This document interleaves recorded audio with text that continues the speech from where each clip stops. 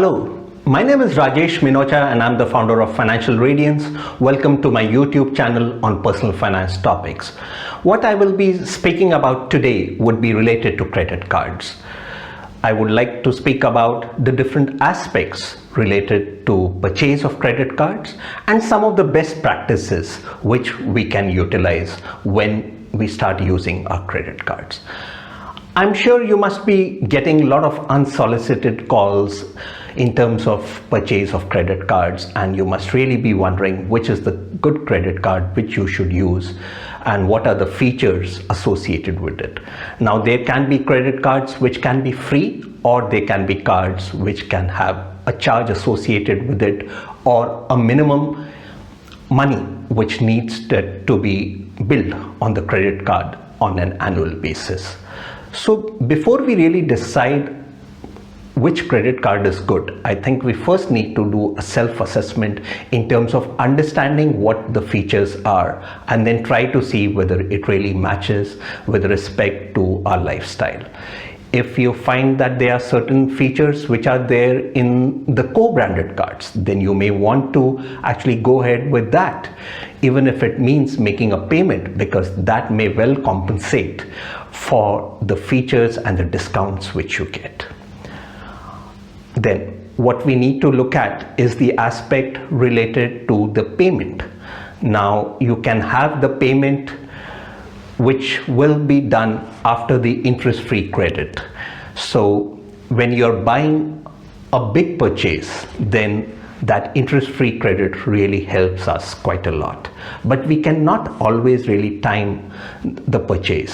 So it makes sense to have a credit card with a 15-day gap, and then we have another credit card with the billing cycle starting from then. So what it means is, if you're looking at making a big purchase, then you can decide which credit card you really want to use. Another aspect which can be looked at is the reward points or the cashback features which are there. I really like the cashback features because you get them immediately, whereas reward points are subject to some of the terms and conditions, and also in terms of the future purchases wherein you can get those discounts. Next, I will be speaking about the best practices. The first important thing in a credit card is to always make the payment in full every time, because if we don't make that payment, the interest-free limit just goes away, even if there is a 1 rupee outstanding. So the entire payment should be done in full every time. That's extremely important. There can be a significant fall in the credit score, and the defaults can be reported to CIBIL by the banks. So it's very important to make the payments in full, because otherwise you may not get a loan in future if there is a default, because that can really dent your credit score. We need to be very aware about the security of our credit cards, because they are subject to misuse, and there are a lot of things which happen by way of phishing or any other credit card related frauds. So we have to keep our credit card with us very carefully. At the same time, utilize it only on the websites which are secure websites. We need to look at all the statements on a regular basis, because there can be certain debits which you may not really understand and you think they may be wrong, so that then you can report it to the banks so that banks can do the needful there.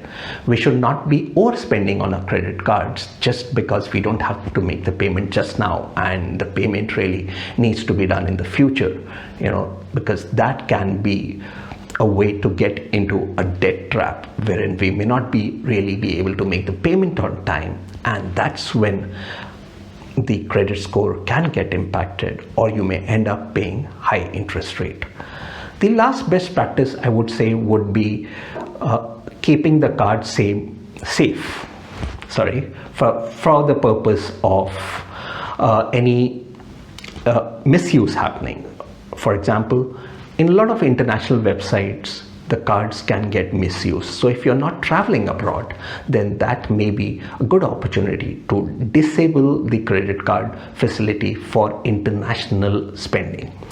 On the other hand, if you do utilize the credit card on some international websites for online shopping, then you may want to reduce the limit only up to that, so that you're protected of any other misuse happening beyond that limit.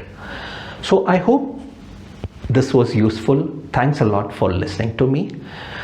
I do speak about one topic related to personal finance every time. So if there is any particular topic you want me to speak about, or if you have any feedback or comments related to what I just spoke about, you may want to mention that. Let's make this channel an interactive channel. And finally, if you like my channel, then do subscribe to it. I will be periodically and uploading the websites. So if you subscribe the channel, you would be the first one to get that information. So thanks a lot for spending some time today. Until next time, goodbye.